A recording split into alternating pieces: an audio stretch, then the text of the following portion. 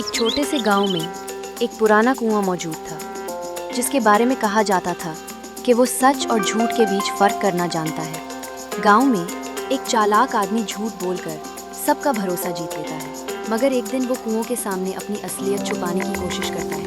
तब क्या होता है, जानने के लिए कहानी पूरी सुनिए। अंधेरी रात थी, पूरा गांव सो रहा था, सिर्फ चौकीदार की सीटियों की आवाज़ आ रही थी। लेकिन गांव के पुराने कुएं के पास एक साया रुका हुआ था। ये साया था नईम का, एक चालाक और चर्ब जुबान आदमी जो लोगों से हमदर्दी और खिदमत का बहाना करके जमीनों के कागजात हथिया लेता था। उस रात वो कुएं के करीब आया और बड़बड़ाने लगा। अब सिर्फ एक जमीन बची है, बुजुर्ग नसरुद्दीन की। बस उसे भी बेवकूफ बना लूं तो पूरा गांव मेरा। लेकिन वो नहीं जानता था, उस रात नसरुद्दीन भी चुपचाप कुएं के पीछे खड़े थे। अगले दिन नसरुद्दीन ने गांव वालों को इकट्ठा किया। ये कुआं हमारे बुजुर्गों की निशानी है। कहते हैं कि ये सच और झूठ को पहचानता है।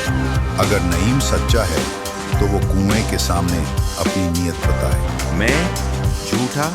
चलो कुएं के पास चलते हैं। कुएं के पास पहुंचकर वो चीखा। मैंने किसी की जमीन नहीं हथियाई, मैं सबकी भलाई चाहता हूँ। अचानक कुएं के अंदर से धीमी आवाज आई।